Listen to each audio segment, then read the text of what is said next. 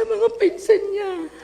Kaya, yung nangyari po sa kanya to, hindi po nila lahat matanggap yan. Sa mga nakakakilala po sa anak ko sa simbahan, hanggang ngayon nasasaktan po sila sa mga panggagamit nitong mga kabataan party list. Please po, nakikiusap po kami, tigilan nyo na po ang paggagamit nyo sa anak ko. Yung mga picture nyo po na kumakalat, please po, tigilan nyo na po. Buhay niyo na po.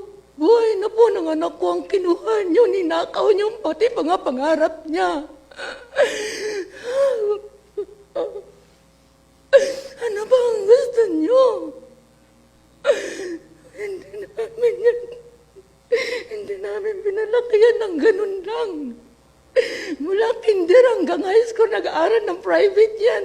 Atid sundo yan ng tita niya.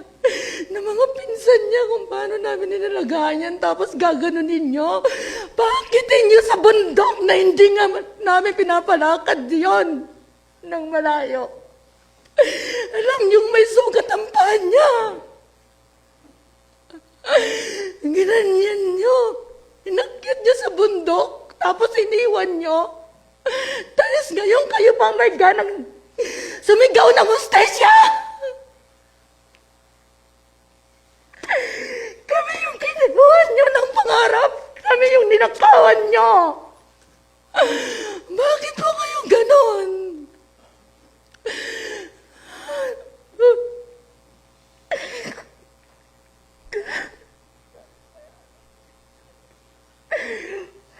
Ano po yung tita niya, dahil yan ang lagi niyang kasama. Napakasakit po sa kanila yon.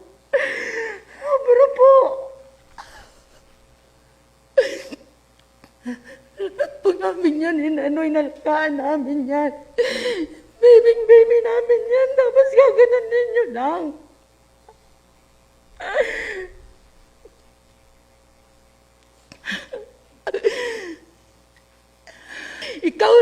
Ikaw yung leader ng kawalang iyan ng party list, kabataan party list na yan.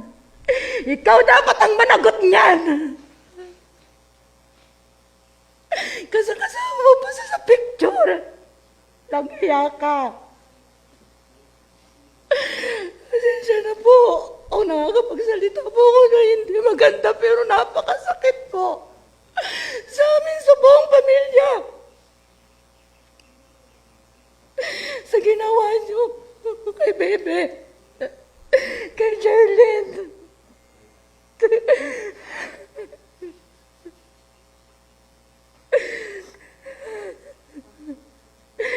Napakasakit po.